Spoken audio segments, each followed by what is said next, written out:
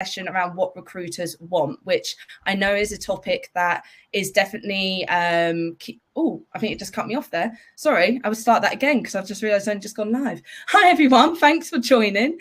My name's Jez, I'm the sales lead here at Showcode, just having a few issues there with it going live. Today I'm joined by the lovely Harry Evans at BAE Digital Intelligence, who's going to be doing a session around what recruiters want. So obviously a very good topic if you're at the beginning of your career or you're looking to make a job move or anything.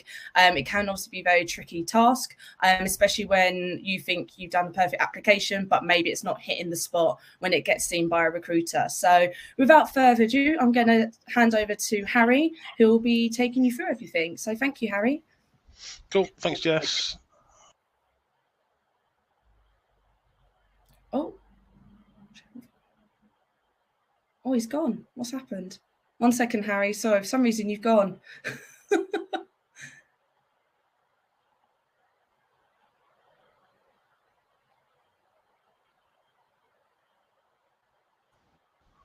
Oh, you're back. There you go.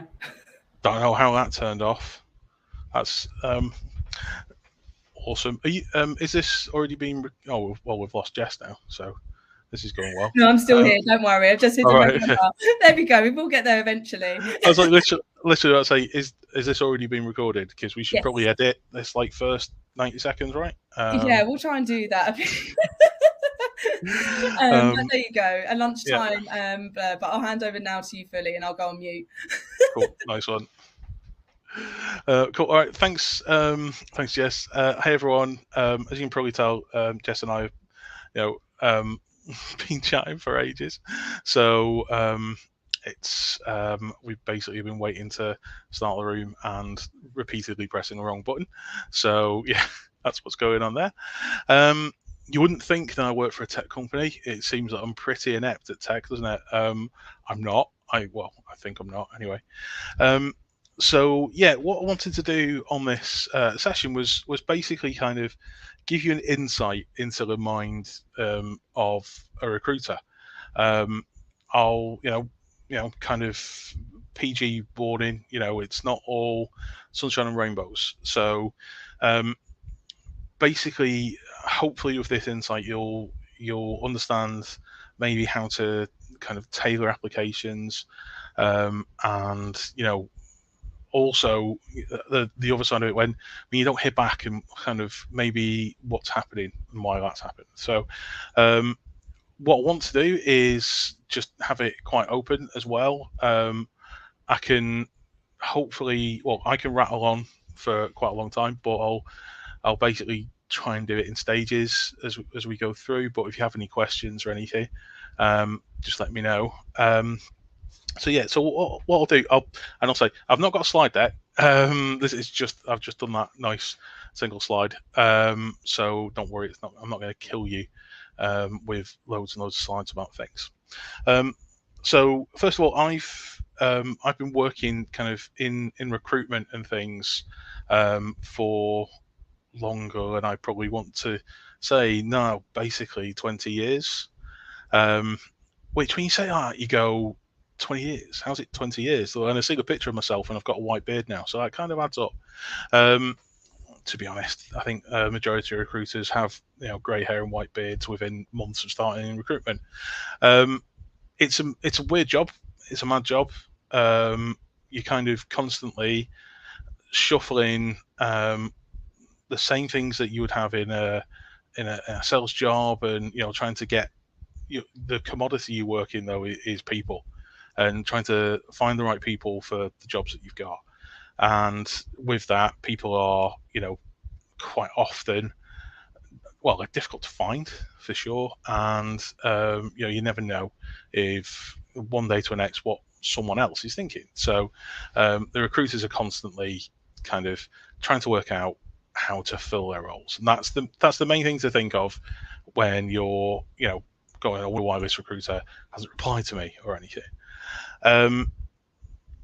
So yeah, I've been doing this 20 years. I'm now in the kind of the recruitment marketing side. So actually I try and send out adverts and things. So I have different stress rather than having to find people. But what I want to do is just kind of go through when a recruiter opens an application or anything, what goes through their mind. So we'll start with kind of when you're looking for a job, for whatever it could be, something that you do now, could be something that you want to do, could be that you're a student and you're graduating in next year and you're trying to find a graduate program. So the starting point is you can either look for all of them, just put in graduate jobs, or maybe make a target list of companies that you would like to work for. Whatever way you work it, generally there's going to be more jobs that you can think of. When you're putting an application in, it's quite easy to put in loads and get a decline on lots of them. And the reason for that is because you've put in lots of applications and you've not necessarily tailored it to each job. You've just gone, there are 8 jobs here that are all the same job, just different companies, and you've got a CV that matches, and I'll just put them in. It's what you need to do to catch that recruiter's eye is put the information on the plate and put it right from not just the recruiter, the hiring manager too. So the best thing is to look at the job description, look at the key skills, essential skills, or however they word it, and make sure that's as soon as possible on your CV. So you kind of, if it's a list of what you're interested in, what you're good at, programming languages, having them early. Now, what you don't want to do is just have the first page of your CV as a list of bullet points. You need to break it up, but nearly all job descriptions will have this essential list. Make sure that we see it first. Dead easy. Then when you're getting into your kind of your experience, again, echo the things that are most relevant for the job. Sounds so simple, but so many people CVs that I've seen over the years, they kind of go, I'm just going to rattle off lots of things. Now, if it's a sales job, then you're probably going to be going into a hiring manager who's sort of senior sales person. So they would be interested in things like targets that you've hit and SLAs that you hit, and how much necessarily it might be, how much contract size, money, or whatever. So that might be good but if it's a role which is in, I don't know, like HR or finance, something like that, there needs to be different things that are a focus with, and you will know this because you're doing that job. So have a think about what you would be looking for maybe if someone was applying to you, and also again back to that job description. On that job description, it's also the job of the recruiter and the hiring manager to make that job description right, so that it actually has on it the information for the person who they want to hire. So there is a big bit on us as recruiters, businesses, to make sure that we're telling you, what we want to see. Now, if you put a CV in that you have tailored and it comes back and it's like you've not got the skills, don't feel afraid to maybe follow up if it's from a recruiter or something to say, can you tell me where that I've not got it? Because it's like looking at my application, it would seem like it's hitting it. Now, sometimes depending what you've applied for, you'll get automatic feedback. So say if you're in an application process that's got tests and scores, then that's different. It's there's a pass mark. But if it's a kind of just a subjective, oh, we need someone with this and this, and you have got it, then maybe you didn't pull it out on your CV, or maybe it wasn't on the job description in the first place, so you didn't put it on your CV. So don't feel like you can't kind of go back and say, maybe have a look again and actually this is the additional information that's missing. Having said that, kind of when you're following up again, if it comes back in it is just a blanket, sorry you've not been successful. Don't be disheartened either. Look at look at that job, look at your CV, think about how, what could the reason be. And there are loads of reasons why recruiters don't just have to go through and say no one's been successful.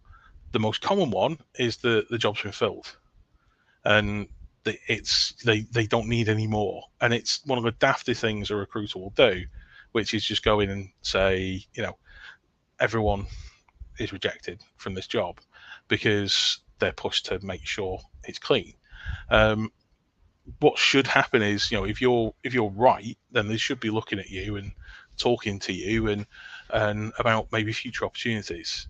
And equally, if you look at it and go, what would is there anything in the future? If you look at the job, back to the job ad you applied for, it's probably got a create alert for future jobs and things like that, so you can be in there, and because you've applied before, they'll see it. There's a question here from Christian, so I'll quickly have a look if anyone's not seeing it. So I'm switching careers, but don't have experience as a software developer, but experience in other industries. Would you put your previous job experience first, or focus on showing your portfolio on languages and tech? Like I said there, you want to show what's most relevant. I don't know the path you're taking to sort of learn the skills as a software developer. You could be doing a boot camp, you could be doing a sort of degree or anything. That previous experience just shows us that you've worked in an office environment, right? You're coming from maybe not an office environment, it could be anywhere. You might work on a farm, but what I mean is, you've got experience of, having a job, and you're doing a career change. Now, there's a couple of people that I sort of talk to for sending people to events and things. I think there's someone that's going to the event at the weekend, actually, the Athena event, and she is someone who changed careers. She was basically, she moved house from the south of England up to the north, was looking after her kids, then started to think about getting a job. There were no jobs in what she used to do, so kind of went, well, hang on, I'll just retrain. And one of her friends said, you should look at being a software developer, you like tech stuff. And they did a boot camp. I think it was a kind of 12-week boot camp that sort of went through the basics of software engineering and languages and stuff, because they already had the basics of working, and they just didn't know how to do it. Now she is, I think she's been with us. Well, actually, I've been here 18 months, so she started before I did, and she's fantastic. Everyone loves her, and she's one of our kind of best sort of software engineers. There's another guy actually who he was coming to a new career quite late in life, and again he's kind of decided to do exactly the same, but much closer to the end of his career, but he's still got a lot to offer. I think he's in his 50s, but kind of his reaction is, I've always been interested in this sort of work. I started to dabble with it at home, realised I could actually had a knack for it, and so that career change, companies are snapping up people, software developers and things like that at the moment, who are coming out. Could well be that if you're working in another industry, you might not get the same salary as you're on now, because you're going to have to come in at the bottom. That's the thing. You have to come in at either, it could be a grad program or something, or it might be just a low level sort of job. But it's the fact that you've got that new skill, the job satisfaction of doing it, and actually, it's, if you are good, you're kind of hardworking, it's likely that you'll kind of move up quite quick. Hopefully that helps, Christian. Katie's asked a question as well. Any advice when your interviewer has no interest in the interview they're doing, is not asking questions that allow you to give examples of your skills or experiences? Well, that's tough. I mean, the problem is the interviewer. I don't know if you mean kind of a hiring manager or recruiter just seems to be having no interest. If they're also kind of doing something really unforgivable, like going on their phone or um, answering emails or just going, oh, just 1 second, I really need to do this. Not drink coffee. I mean, sorry, I don't know what came in my head there. But basically distracted. There's going to be a number of reasons why they're doing that. It could be that it could be at an extreme end, and that they've actually agreed to do an interview at the last second, didn't realise someone else has dropped out. It could be that they've agreed to do an interview that they didn't think was worth it, but the recruiter said you should go and do it. If they're kind of not responding, I would try and flip it and start asking them questions and try and draw them towards you. So when they've asked you, they're kind of taking you down a line, just end it in a question. So you can't give a good example, but then say, can you tell me where, what part of the role will be doing that? Because that's really interesting. And then flip it on them and then say to them, can you tell me a bit more about the department, and make them start talking and engaging, because that will then take them a little bit away. They said they were a warm body to conduct an interview that was recorded. Ah, right. So yeah, you're in trouble there, because if it's just a who can go and do an interview now, they're not going to be into it. They probably haven't seen your CV. But again, try and engage them in conversation, and just it could be that they're just asking questions, and because they're on a list and it's being recorded. To be honest, more and more companies now are rather than do that, are trying to do virtual ones, and because if it comes down to any old person can do an interview, that's not true. They have to have something, an interest in it, and that's a really unfortunate experience. And I would personally, I'd feed that back as well to say, my interview experience wasn't great. I'm not saying that the person, did anything other than was completely disinterested, and it was very formulaic, and it was obvious that they even said to me, I'm only here because my boss told me I've got to go do an interview. But try pulling them in, try just kind of reducing it to a chat rather than focusing to kind of get them softened and opened up. Sounds daft, because then, I'm not talking about the job, but push them to what they do, take an interest in them, get them talking. You can probably tell when I interview people, I probably talk at least half of the interview, because I'm describing the team, the work and things, and that should be kind of maybe not half, but the manager / recruiter should be telling you things about the job. If it was a competency based and they had just set questions and they were kind of writing things down, again, that can be difficult. If someone's got to be making loads and loads of notes to show people in a different room what was said, but that doesn't mean that you can't kind of try and break their barriers down. When I go in, that's what I try to do. Just chat, basically. You should never go in and think that the person who's interviewing you is horrible, or it's like you go into a headmaster's office. That's the thing. Everyone puts loads and loads of pressure. They put loads and loads of pressure on their application. They put loads and loads of pressure on who they're going to see. And I'm not saying that you shouldn't be, putting effort in, but it should be excitement, not pressure. It should be that and different people, there's no way that's going to change. That's what they're like. But don't worry. You know what I mean? It's like you just be looking at it, and it's difficult to say, but try and say, how can I break through this barrier, the barrier being a recruiter, a hiring manager, and kind of get it in there. Kimberly's asked an interesting question. Would you say a one-page CV is better, or is a two-page okay too?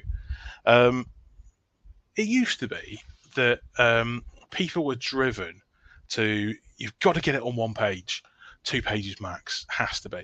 Now, at the start of your career, then yeah, but as time goes on, the simple fact of the matter is you're probably going to have more information on your CV than can fit on a single page. Even at the beginning, right? If you just come off some sort of degree or a boot camp or anything within tech, and you've got a list of like 12 languages that you're gonna want to list on that first page, then you've got a couple of jobs that you need to sort of put on a second page or something. It's like it's full, isn't it? What I would say is there isn't actually a problem with going over 2 pages, doing 3 pages. I've had CVs where they come into me, it's a PDF that's branded and kind of 12 pages long. Now, I think this is one of the tricks that kind of we all think that people won't read more than 2 pages. And to be honest, a lot of hiring managers and recruiters won't read anything other than that first page. You've got to make them read the second page and the third page and the fourth page.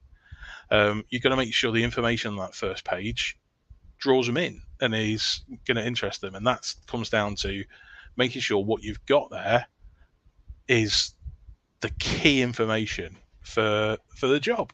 So taking it from, like I said, if it's languages, if it's kind of software, hardware that you've used, if it's kind of your qualifications and whatnot, key information kind of there.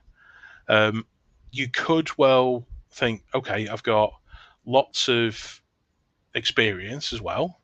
How do I do all that? Well, you want to make sure that the experience that's relevant is kind of written out.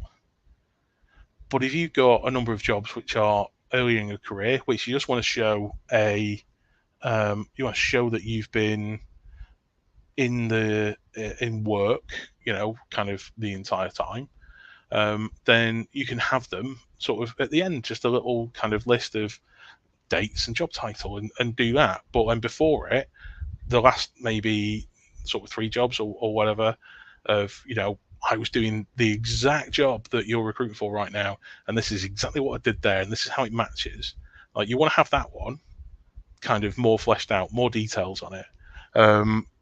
But yeah, like kind of that job you did when you're at school working in boots, that's important too. But we only need to know that you kind of, we don't need to know the full details of you're in charge of the Saturday shift or whatever.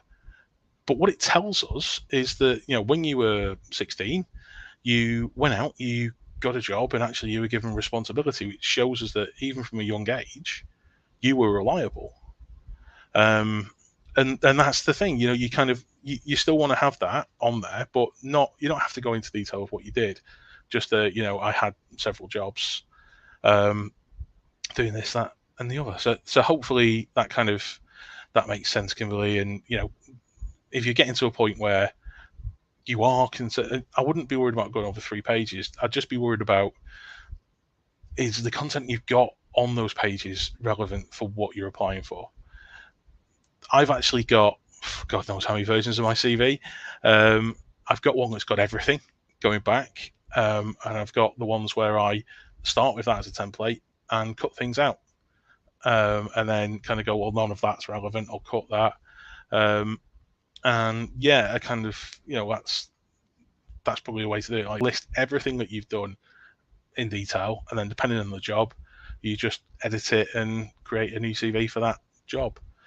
Also, when you're saving it, make sure it's your first name, your last name, and the date, because that's one of the worst things when you open a CV as a recruiter and or you go into the system to get it, and it's just someone's put God knows what, like almost like just capital your sort of image. You can believe it be K Dykeman's CV, or like one word, and it's like, I need to see Kimberly. It sounds daft, but thinking about how easy it is to find your CV when you've kind of passed it to a manager or anything, and also how to save it. It's fine to save it as a PDF or a Word document, but just always check the formatting, because when you switch from a Word document to a PDF, for example, it can easily mess the formatting up. And that's something that if a recruiter sees it with formatting errors and typing errors and spelling mistakes, they'll instantly think that your attention to detail isn't that great. So yeah, there are a few little tips on CVs. Last tip on CVs: unless you're asked to, don't put your picture on it. It's one of these things where it comes and goes. Every now and again, people start doing it again, but you don't need a picture on your CV. It's taking up space. You're going to lose a good few lines because of it. Obviously, you could offset it next to your address and your name and everything. Like, what's the problem there? But really, it's something that we don't need. And also, you think that recruiters do get training and stuff in kind of equal opportunities. So quite often we're not taking in your name, we're just taking everything underneath. But if we see pictures as well, it's like, oh, right, okay, not that it makes a difference, but if we're going to give that to a hiring manager and we're clearing things off, we're just going to remove it. So, we'll see you. If we want to find you, we can go on LinkedIn and things, and we can find a picture if we need to. So yeah, hopefully that helps. Sorry, I thought there was another question. Oh, Anisha, any advice on how to tackle online video interview with no interviewer? Yeah, well, yeah. I mean, that's kind of one that's becoming more and more prevalent. I mean, we use it at the moment for our grad programs. So we have set questions that people have to answer. If you can find out what the questions are ahead of time, or what's going to be asked of you, then I'll say just practice. Just kind of practice your answer.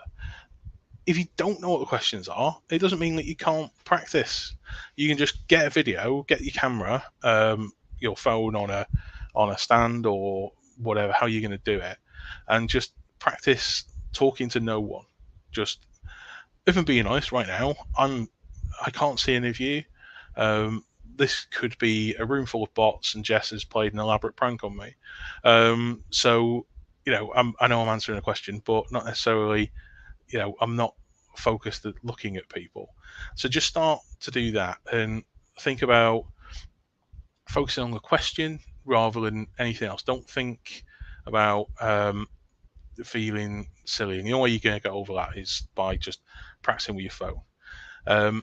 Some key things to do though with your phone is don't just have it in your hand, right? And mine's particularly big, so if I'm doing 30 seconds with it like this, it's like, hi, I'm Harry Evans, and this is an example of me doing something, right? That phone is quite quickly going to start my hand twitching a bit, and then it's going to get shaky. So it's best to set it on something, set it in a tripod or something, because that way also you can sit down and you can focus. Yeah, thanks, Jess. Not worrying at all. So yeah, and making sure before you start you've calmed yourself.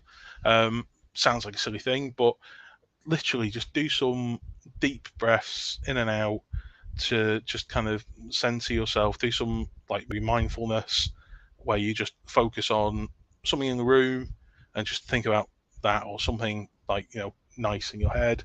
Sort of breath in, hold it, breath out. So it's in through the nose for like 4 seconds, hold it for 4 seconds, then out for your mouth for like 6. Like that is one of the quickest ways to kind of sort of calm yourself ahead of doing something. And also, say you've got, it's quite often the setup. So when you hit the first one, it's go, right? You've got to record that first one. So be calm before you hit the go button. Hit the go button when you're sure you're kind of, you're breathing everything, you're chill. If the next one just rolls in after that, then just do one breath. If it says that you've got 30 seconds to do it, then, you know, it's try and just remain calm. Think about what it said you're answering. Try not to waffle. So basically, don't do what I do. And you know, it's kind of hopefully that kind of calmness will come across. And yeah, I mean, most people now. Oh, the last one, kind of don'ts. Like I said, you want the camera set up on something to film you. Don't do it walking around outside, anything like that. You need to have it so the most important thing is not necessarily seeing you. We need to see you so we know that you've answered the question. That's one of the big things about these video interviews and stuff, that that someone else hasn't filled it in for you. But also, we need to hear you. So again, let's say have it on your device. You've got it up here. You're doing it as if you're doing an Insta live. You know, it's like, hey, hi, I'm Harry. Yeah. Man, I'm old, right? But anyway, joking aside, if you do it walking around, if you do it outside, anything like that, there's going to be extra noise. We're not able to hear you.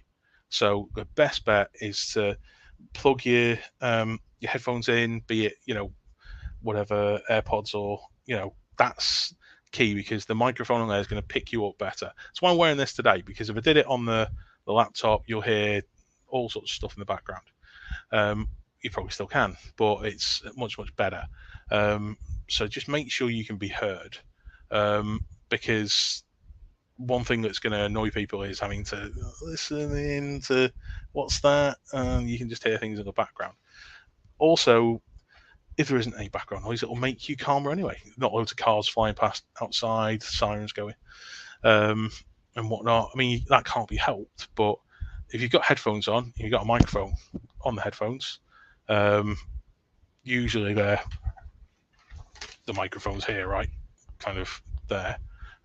If they're wired, or if they're AirPods, they're not. Don't feel like you need to do this and talk right into it, though, because that'll be too much. That'll ruin the sound. So yeah, just, you know, make like you're talking to your mates. You know, it's like you just, you know, it's just a call. It's just on a, you know, just talking about a job. So hopefully that helps, Anisha, sort of answer you there. So let's see. So I've been warbling for 33 minutes, trying to think, kind of anything else that I wanted to kind of talk about what recruiters want. I mean, I've done quite a bit on CV and tailoring it, looking at the job description, and if you don't fit it, then question why not. For kind of longer graduate applications, I was going to say, again, especially for where they're asking competency questions, and it's an example of when you were in a situation that did something, and you're trying to demonstrate that you can show leadership and whatnot. So yeah, and actually this is linked to that. So the people that assess the interview questions, the video questions, which again are usually the types of, you know, can you give me an example of a time when you sort of led a team, or you did something? Those answers usually go to hiring managers.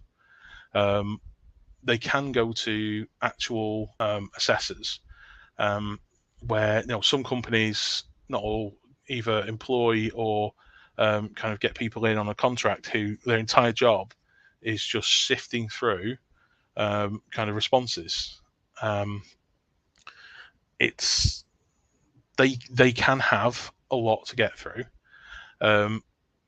Usually, if we've got a sifter, we would expect them to be getting through kind of maybe 60 a day. So just think, but that's paper based, I must add. So kind of 60 different people's applications that they would look at in an 8-hour day. So they're not going to be spending that much time. But also it's 4 questions. They know those questions, and they're looking for key things in it. So they want to see where you've done something that is interesting, maybe linked to what you're going to do. So if this is for a tech role, they want to hear about a time when there was a project and you took a lead on it, right? Now, if you haven't done that, then think of something that, where you have taken a lead, where, it's related to sort of working with people on something that could be related to work. The biggest kind of the biggest hole that people fall into is that they go, I need to do one where I showed leadership, and the example they do is when they were like captain of a sports team or something, or they show resilience by overcoming an injury. And the thing with both of those kind of examples, they are kind of achievements in that you're leading people, but the way that you're leading people for a sports team is different to how you'd lead people on a kind of a year-long contract with multiple languages, and it's all kind of cloud-based and this, that, and the other. Because if you captain of a rugby team, that's more about who can down the pint quickest, and who's being thrown in the showers. I'm joking about that because back in the day that was what happened, but it's kind of think about what your role was. And the thing is, if you put an example of I was captain of a sports team, think about the situation that you're being asked about, because you have to do a lot of organising. So don't put a Royal Rovers, I was captain of a football team, I took them to the final and scored the winning goal. It's I was captain of a football team, so it was my responsibility to ensure that we were going to the games, the kits were sorted, that side is the bit that you need to see. So it's fine to do that sort of example. You don't want to put the kind of the fantasy one. So yeah, I mean the assessors, like I said, for videos, I mean it takes slightly longer because it's depending on what's going on. I think quite often the answers you get like 30 seconds to a minute for most of them. So someone's got to listen to it, and guarantee you'll have to watch it more than once to kind of get the gist of it. But yeah, I mean, to be honest, similar to what Katie said earlier, they're not exactly just a warm body being asked to do it, but they are probably quite dispassionate and looking at your responses and kind of linking them on a set table of what the requirements are. So they want to, and it will be almost bullet point sort of keywords as show leadership, show kind of show that they can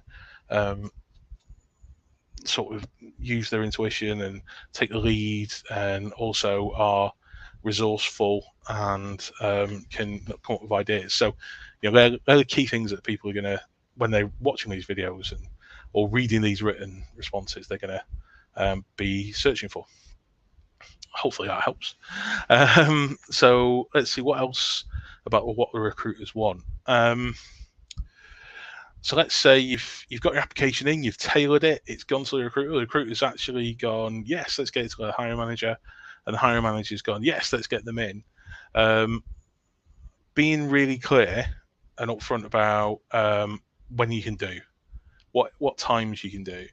If it's an online kind of graduate thing, you'll be into a process and asked to do things by set times. They're usually more set and it's simpler to do. When it's kind of an old job, it's all a bit flighty. Quite often it's what interviews can you do? Oh, we can't do those days. Just be kind of straightforward and say, listen, I can do this. These are the times, these are the days, and say, I can't, I've got commitments, I'm doing this, so can we just get it in? And don't just give the next week, add it a bit more time, because generally speaking, we can either get an interview sorted for like the next day, or it's going to take a week or two. So, kind of when you're being asked to, when can you do an interview, just give a few options and expand it. And chase the recruiter. It's like, is my interview sorted? You might annoy them, but actually they'll be less annoyed if you get the job, because that's another requisition off their list, and they don't need to work on it. So it's like in all recruitment, you focus. This is really knowledge now, but the focus is usually on whichever hiring manager is saying they need it faster. It's like we've got this problem, someone's quit, whatever, and you naturally get pulled into that. So if it seems like it's taking a long time, it's probably because it's a role that needs to be filled and has to be filled, and the company's probably losing money because it's not filled. But something else is going on, and another role has kind of gone bonkers. But gently chasing and say, is there any news? What's happening? I'm really, really looking forward to it. I'm available for interview, and kind of putting the pressure on the recruiter, not pressure, but politely chasing. Do that. Don't be afraid to do that. Any recruiters who are tuning to watch this probably now got a target on my back, but it's human nature in any job. You respond to the thing that's more urgent. That's what you do. Trying to think of other stages in kind of the whole recruitment process where what people find that they get stuck. I mean, offer stage and things like that, that's usually not something the recruiters themselves are chasing, but thinking ahead. So, for example, if you've been successful, you've had all your interviews, and you're getting an offer, but now it's waiting on references and things. If you know a quick way to get your reference, i.e., the manager that they should go to, or the person in HR who they should ask, make sure you're telling the recruiter before they've been attempted to get a reference and failed. It's the most annoying part when you're sat there, you've basically handing your notice in, but that job could disappear if you get a reference that says something. So make sure you can give a separate reference, or very clear guidance on who to go to, because inevitably all companies, it might go into kind of an inbox that's references at company.com, or it could be that it's given to a completely different company to chase them up. If that's the case, they'll have a set amount of time to do it by, but it doesn't mean that they're going to do it right away. Quite often it means they'll just leave it again because they'll prioritize it and go, I'll chase that when I need to chase it. So if you get an email from someone who says, we're doing references for this, just keep responding to it and pushing them. Another question from Katie. Any tips when you're recruiting an agent or working at an agency and you don't have a direct relationship with HR to get feedback? Well, that recruiter at the agency, what they will have done in most cases is said, they're not successful. Why? Because they're thinking not necessarily to give you feedback, but also to work out what they need to find for them to get the role filled. To be honest, most recruiters will think a little bit like that. They've not been successful. They seem to be perfect. You've interviewed them, then said no. Quite often, agency and on in-house recruiters will not want to give you negative feedback, so they'll kind of, and it's fair enough. We don't want to say things to people that are not nasty, but that they feel might be taken personally. So it's very difficult, very fine line, because quite often it can come down to well, I don't know if sort of be a fit with the company even, and things like that. Or it could be like there's kind of one tech thing that wasn't necessarily on the job description, but you need to have done it, and that's always a pain because that should have been worked out before you even went for an interview. But I'd say that recruiter at that agency, I'd be very surprised if they weren't told, like, we don't want this person, but this is, they were 90% there. We need this other 10%. And in most cases, the agency were briefed and told to find the person who went for an interview, and then the hiring manager goes, "Oh yeah, but I've changed my mind. I want something else." Because it's just a slightly different relationship to a direct one with an internal recruitment team. So definitely, it's difficult. If you're not getting feedback, it's probably because they feel uncomfortable sort of saying it, and just say to them, it's like, if it, I assume you got feedback to find the next person. What is it that I didn't have on my CV or in the interview? Basically, that meant that I didn't make it. It could be something as simple as, like I said, you didn't use a certain programming language or something like that, or you support, I don't know, you support Man City, and the entire office supports Manchester United. That's extreme, and I doubt it happened unless you're applying for Manchester United. That'd probably be a problem then. But it's that it can be things like that they may be picked up that is culturally with the rest of the team, the work culture, the company culture, that might not fit. But you can definitely go back and say, I need to know. I thought I'd nailed it. I always come out of interviews thinking I've completely messed it up. So I'm always surprised when someone wants to hire me, especially if they've met me in person, because in person I'm 6'5", and as you can see, I look a little bit like a bear. So, that's often off-putting for people. So yeah. So hopefully that helps. Okay, I can see you've done a laughing face, so hopefully that is laughing and not crying. I know it's crying and laughing. So yeah, hopefully that's good. Trying to think about anything else, any kind of sneaky tips to get through the kind of different stages. One of the things is, again, bugbear for when you get in there, and it's one that kind of we personally pick on as a company, because say you've gone to an interview, and in most cases, either the hiring manager, recruiter, or someone will go, I want to just hear you talk and just see where you go. So they'll ask a really open question, such as, tell me what you know about the company.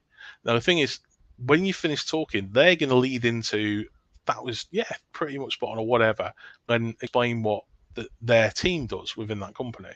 So that's the back and forth. The biggest thing is, when you're going in, make sure you're talking about the right company. So, for example, you make an application for BAE Systems. We're a massive company, 90,000 people, working in loads of different countries across the world. We make lots and lots of things, for the UK Army, other armies, all this sort of stuff. You could come in and say, it's like, tell me a bit about BAE Systems. Our BAE Systems, the date back to the mid 1800s. It's like companies kind of, you've got a lot of heritage. You were formed in 2002, or you could reel all that back to me, and I'd be sat there going, like, you've clicked on the wrong wiki page, because we're BAE Systems Digital Intelligence, and we weren't formed 170 years ago, because we focus on software, on cyber, on defence, and things like that. We're completely different to that bit of a business that you read about. We are part of that business, and that the information isn't necessarily wrong, but it means that kind of you're coming for an interview, you did the work, but you researched it on the wrong thing. So definitely make sure that you've read up on, if you're going to read up on the company, get into the right company. The thing is, you've probably you've made an application on the ATS. It'll have information at the bottom, just or the top or header or whatever. But people just, when they've got an interview, go, oh, I need to read up on it and make sure. It isn't amazing to turn up with like no knowledge, but it's kind of, sometimes a hiring manager will say, what do you know about the business? And it's like, well, a basic amount. You're not going to read, entire dissertation on it. You definitely don't want to actually read back the wiki page. But yeah, just knowing sort of where it is, and also if you do know the department that you're going into, kind of again, it would have been on either the job description, or just ask the recruiter and just say, just so I can do a little bit of research on it, can you tell me what bit of the business this is in? It should be on it, but so you can kind of, if you go to the website or anything, you might be able to find more information there, or looking on likes of LinkedIn and things, just so you, not so you prepare for that question, but because you know what you're getting into. So yeah, that's always good for interviews. Big thing people panic on is, have you got any questions for me? I think you guys will be quite good at that because you've been asking me questions all the way through. But don't necessarily think I have to ask a question. And there's always the awkward bit where you think, should I ask about the salary as well? And it's really tricky. I don't think there's anything particularly wrong with saying, wording it in a way, it's like, this all sounds amazing, it sounds fantastic, but I've not heard much about the salary or whatever, and like what kind of I can expect, or what benefits there are, and what it is that's kind of, how is it gonna appeal to you? It's the what we call it, the employee value proposition.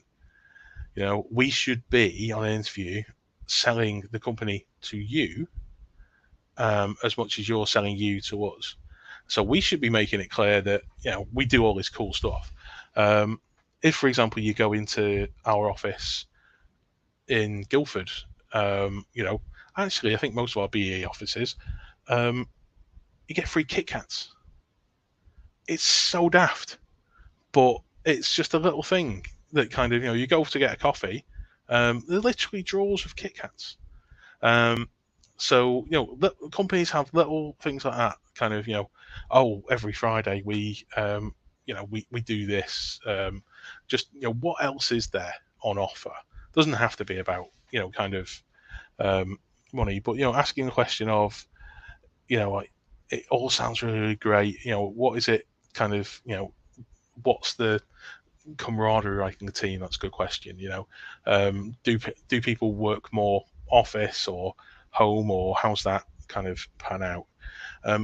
On the other hand, the questions that you have pre-prepared may have already been answered. So your response to, have you got any questions, is actually, no, you've covered everything, because I was going to ask about this and this, and we've talked about it. So no, I'm all right. That's fine to do it. You don't have to ask a question. Certainly don't try and think of a question on the spot that is going to be a bit daft, that it's like, it was obvious that I was just stretching to try and kind of ask something. Only ask something if you actually want to hear an answer, and also it's a good kick-on point.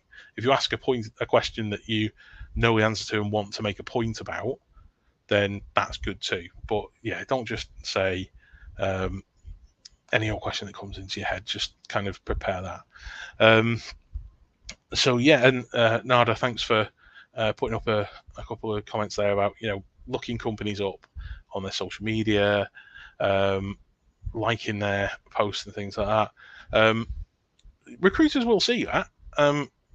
Linking with recruiters as well. I mean, there's nothing wrong with that. Kind of, you know, if you're talking to a recruiter and you link with them on LinkedIn and things, then, you know, that's cool to do. Often recruiters will do it the other way and start by linking with you. They may have contacted you initially through LinkedIn or whatever. So yeah, that's a good tip. Thanks, Nada. I think if there's any others that you can kind of go through. I mean, are there any other questions? I think we're coming up to the end. I've managed to. I told you I'd fill it, Jess. But,